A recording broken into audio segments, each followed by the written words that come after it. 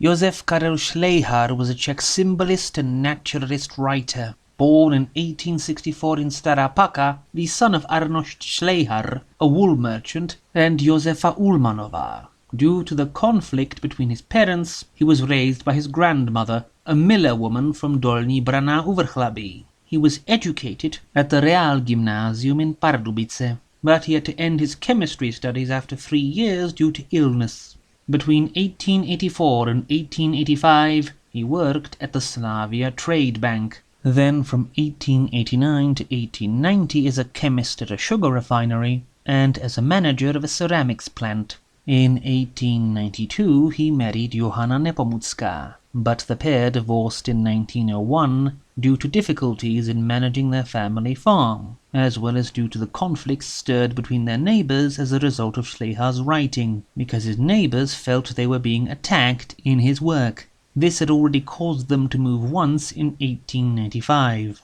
After his divorce, he worked as a teacher in trade schools in Hradec Králové, Kolín and Prague. He married again, but the marriage was considered illegitimate, and thus his son Karel did not bear his name. He died in 1914 in Prague from stomach cancer. As a writer, he was noted for his pessimism, his stories of despair, pain, suffering and poverty, ranging from Hell, a story of pain and suffering shown during the 18-hour shift of a worker at a sugar refinery, to Murdering, a story of how the petty hates and intrigues in village life result in indirectly causing the deaths of the weakest members of society. The idea of the village seems to be viewed by Šlejhar as the most hateful place imaginable. His 1910 Grim Horizons collects 3 novellas. Vengeance starts with 2 beggars meeting beneath a weather-worn cross on the road to a small town. One confides in the other that he has spent a decade looking for the priest who abused his young daughter and caused her death. After her death, he tried to kill the priest in the church, but they dragged him away, yet though he didn't actually touch anyone, he was still sent to prison for many, many years, his house and garden auctioned off, so he did not even have a single memento of his daughter, which further fueled his madness. When released, he dedicated his life to finding the priest, but a decade later, he's not found him, though he followed every possible lead. In the end, it turns out the other man is the priest, and the old man wants to kill him, but he seems to pass away before the old man has a chance, the pair of them being found dead in a ditch later. The one negative of the story is the old man constantly repeating over and over again how he misses his daughter, and how he can't die until he finds the priest, and how he wants to die, but can't, but has to, but can't. So much so that after only a few pages, the story no longer gives us anything new, and the entire thing could easily be trimmed by 30+ pages and nothing would be lost. Which is sad, because the actual story is very grim and atmospheric, but this impression is stretched horribly thin.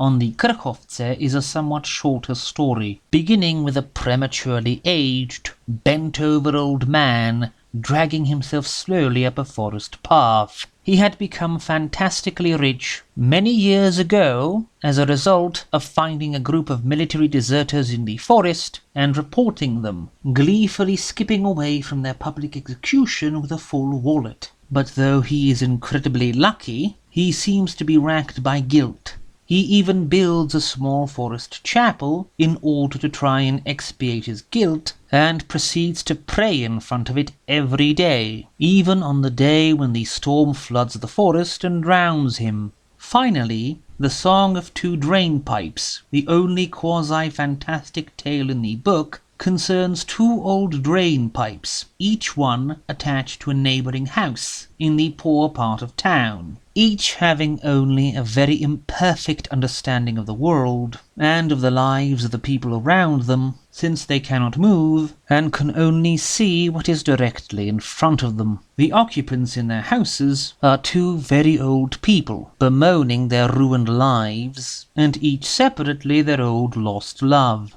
But when the man is close to death and calls out a woman's name, the old woman in the other house heads out and enters his abode and recognizes him, and the two make up as the man dies, and she lays down beside his corpse as if on their wedding night. There is a great grim atmosphere to Šlejhar's writings, though the first story drags out a bit. Overall, Šlejhar has a tendency to place images and emotions caused by scenery and by the environment as more important than plot or personal details, like character names, which can sometimes be tedious, though he is still very readable.